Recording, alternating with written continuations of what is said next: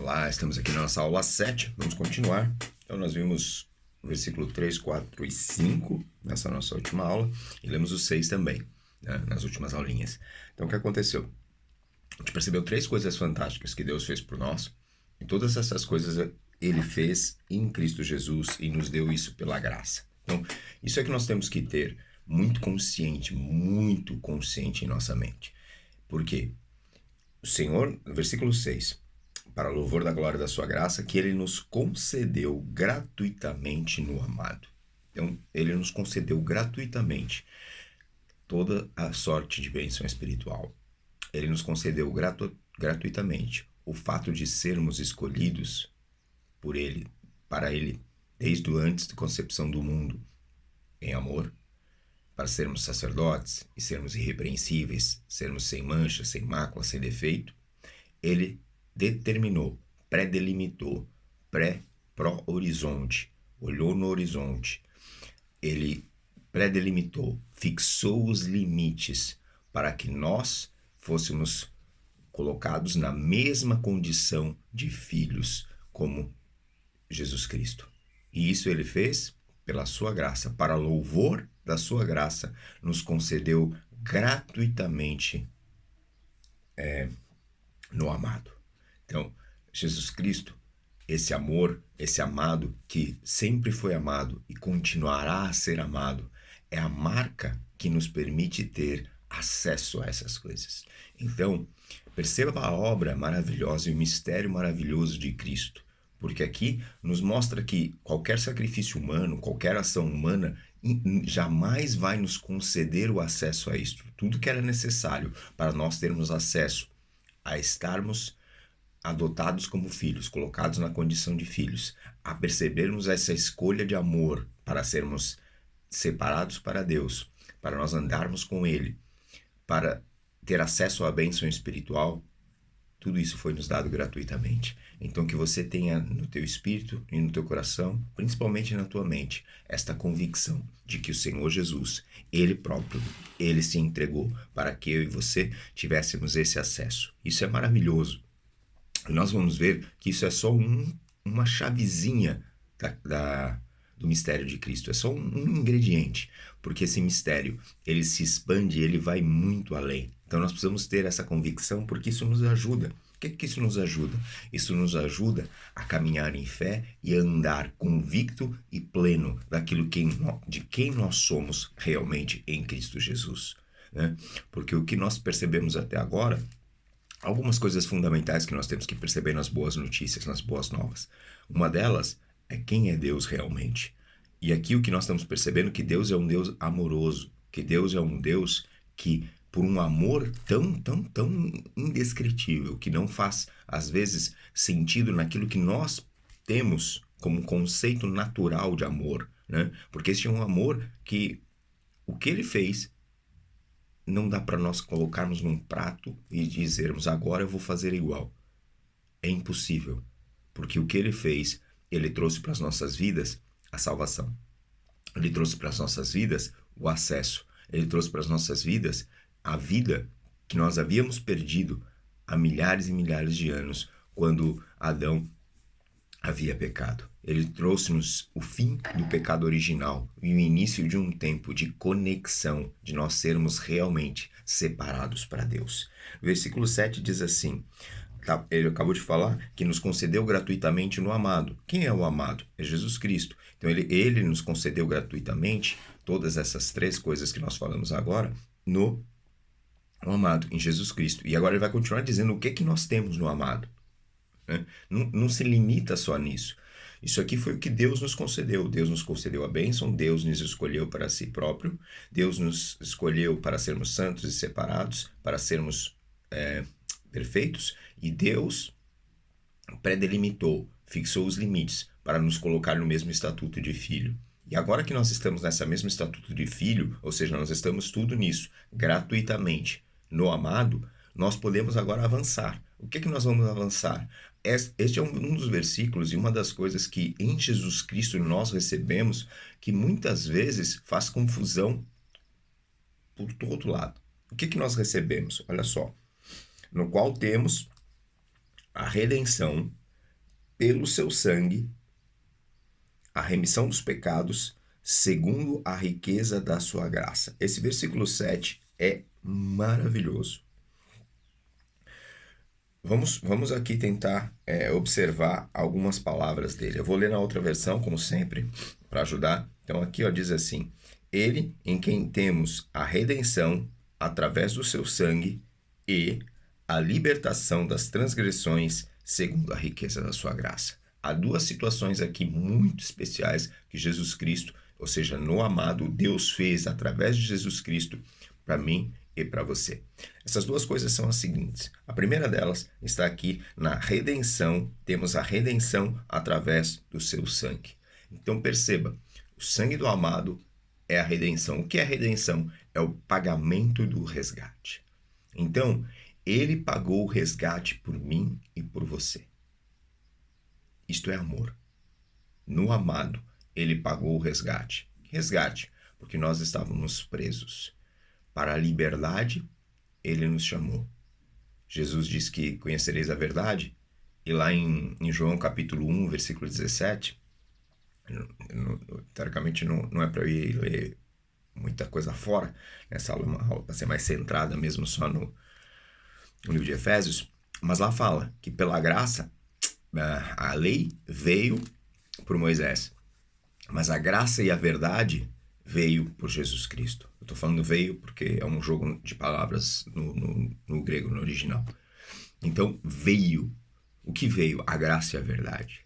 E lá em João 8, ele fala, eu sou a verdade. Então, quem é a verdade? É Jesus Cristo. Então, quando nós estamos falando aqui de que a redenção, ou seja, ele pagou o resgate através do seu sangue, é porque ele veio para nos libertar. Então, nós temos que perceber e ter isto muito convicto. Então, todo resquício de escravidão, tudo aquilo que nos aprisiona, tudo aquilo que são marcas, coisas do passado, conceitos, tudo isso, nós temos que entender que ele pagou o resgate por isso. Sabe o que significa?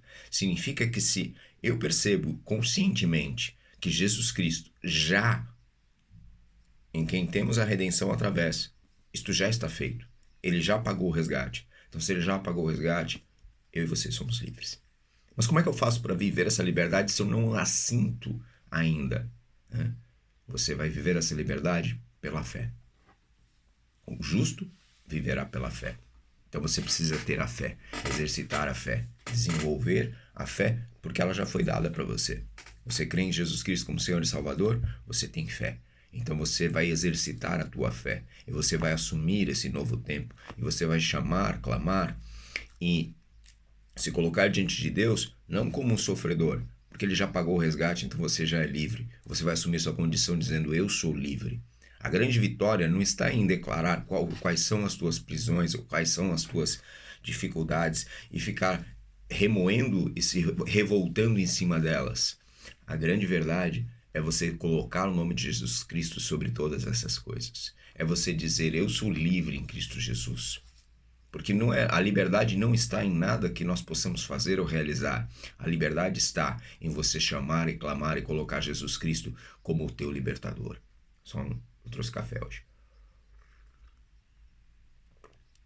Então, eu quero desafiar você. Esse versículo 7 é fundamental para nós entendermos e caminharmos rumo a uma vida diferenciada em Cristo Jesus. A uma vida em que nós vamos viver transformação de mente, em uma vida em que nós vamos viver verdadeiro arrependimento ou verdadeira metanoia. Então, eu quero te convidar a isso.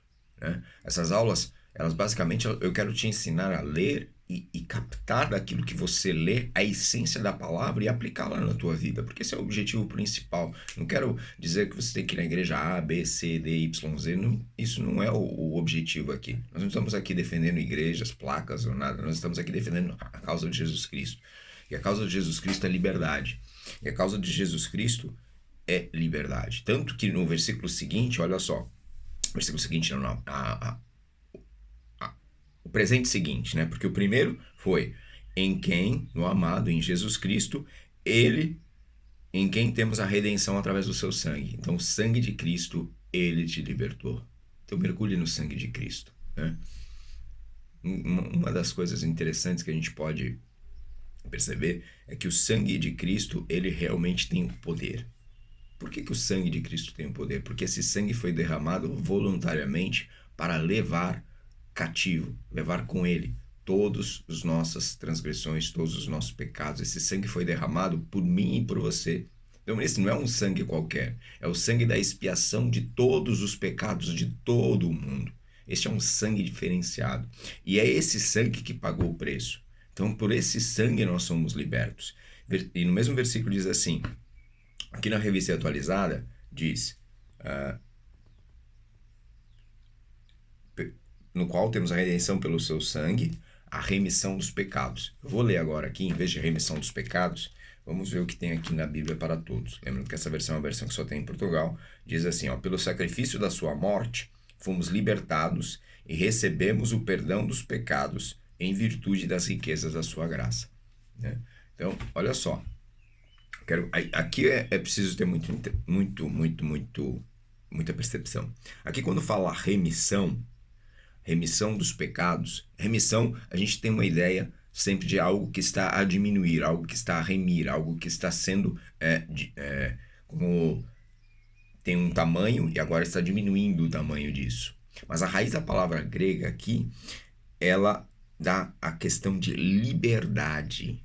Ela realmente significa libertação.